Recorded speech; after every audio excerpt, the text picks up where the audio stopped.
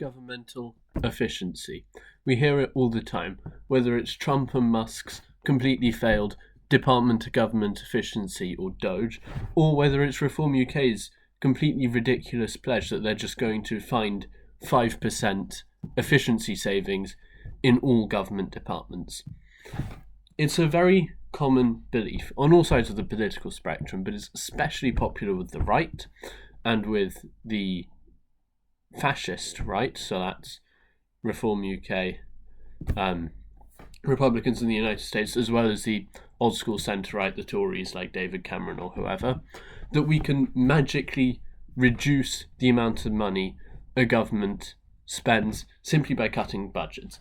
And, we've tried this. The government massively slashed council budgets, and now guess what? Our bins aren't collected properly, our schools are underfunded, and all our libraries are closing because that's what councils pay for.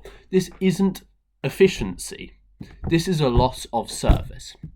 And this is what these government cuts, which are attempting to implement efficiency, actually do. They don't give you efficiency, they give you government budget cuts. And what this means is that we get worse services, which leads to a lower quality of life, as we cannot rely on these services anymore. What it also leads to is a loss of trust in government, because now all of a sudden we don't trust our government to provide for us because they've just cut the budget, meaning that our service isn't working properly. Now, this is the real problem with these efficiency savings that people still insist we can find. They just don't exist, and where they do, you need to be very, very specific in the way you attack them. You don't say there must be efficiency savings, so we're going to cut 5% from every government department. You need to say, here is a way we're spending money wastefully. Let's specifically drill down on that and work out where the money can be saved. And of course, right-wingers, especially, who've also tried to do this, they've identified things like DEI programs and environmental considerations as areas which we want to cut. But again, this is not definitionally an efficiency saving. We're actually cutting something which is useful to society. Fun fact, DEI programs, they don't spend a lot of money. They can actually bring some benefit. Same with net zero. Actually, climate change is rather important. We should probably spend some money on it because it's going to save us money in the long term. But there are actual efficiency savings we can make. We just need to know what we're looking for. What does efficiency look like? It looks like building transport with high capacity vehicles like metro trains rather than low capacity vehicles like cars. It looks like not spending our money on bombs which then just sit there unused. Instead, we shouldn't be making the bombs in the first place, or spending money in the UK on nuclear weapons which are controlled by the United States and effectively just make us a target for nuclear war. So we can make efficiency savings, nowhere near as much as people tend to tell you. Most of the bureaucracy in government is necessary and we actually use it. The services the government provides are necessary and we actually use them.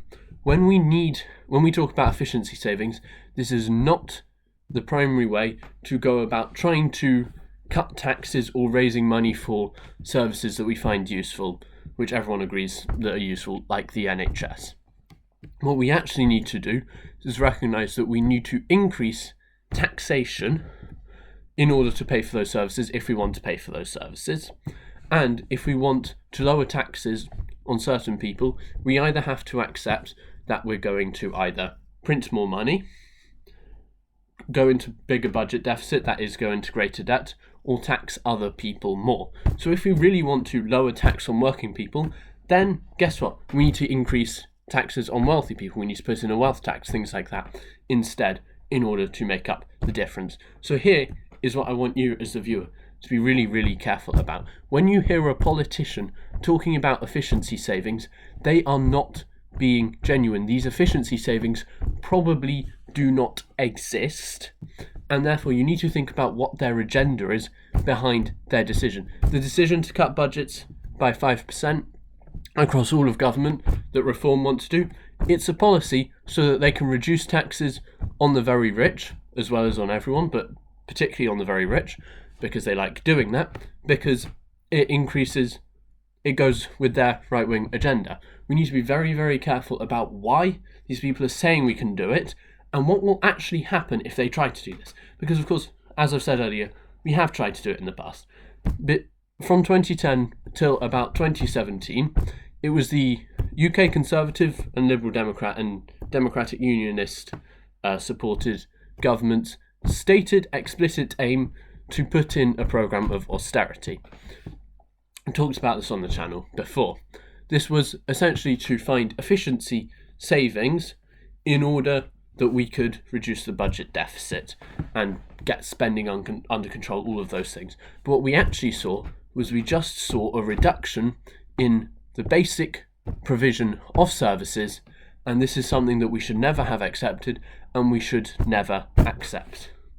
Thank you for listening, everyone. Another rant from me today. I hope you enjoyed, and I hope you stay around for the next one. Subscribe and whatnot. Thank you.